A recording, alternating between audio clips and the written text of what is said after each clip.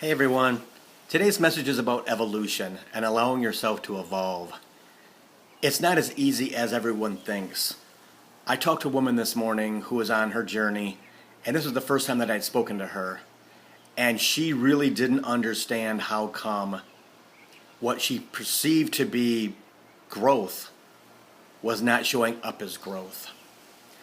So we were having this conversation about the fact that you have to be conscious of your actions, conscious of the way that your ego sabotages you into thinking you're not able to do something.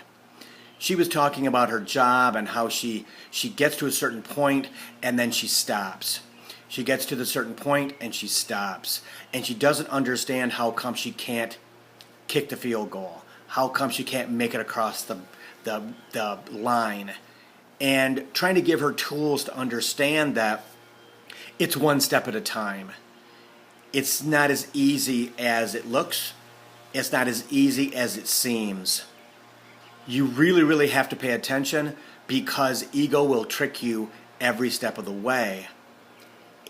Ego loves to sabotage. It loves to make sure that you think you're less than.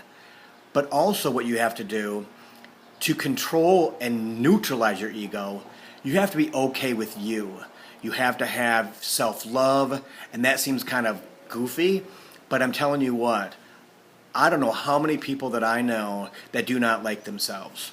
They don't like the way they look. They think they should be further along in life. They don't understand why this happened to them as a child.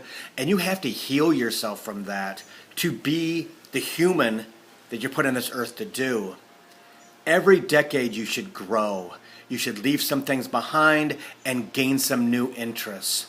If you look back at your life, I'm 58, and I can look back at my life and see where I changed from my 20s to my 30s to my 40s and now into my 50s and soon to be 60 in a year and a half.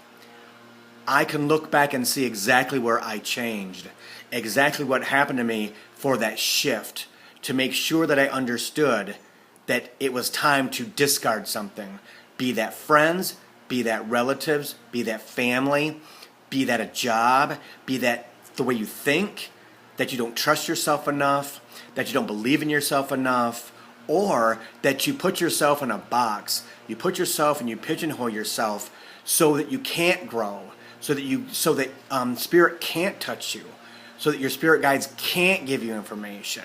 And what we do is we sit there and we stagnate inside the sewer. And what does a sewer do? It sits there and rots. Till eventually what happens is, for most people, is their self-preservation kicks in. Only when their self-preservation kicks in, the sewer's up to their neck. And they're trying to pull themselves out of the sewer, which is their life. Many times people do that because that's their destiny. The few that don't, eventually they will, usually.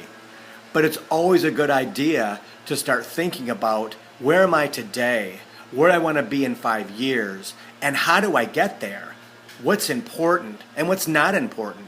Because what you think is important today, trust me, will not be important in the next 12 months.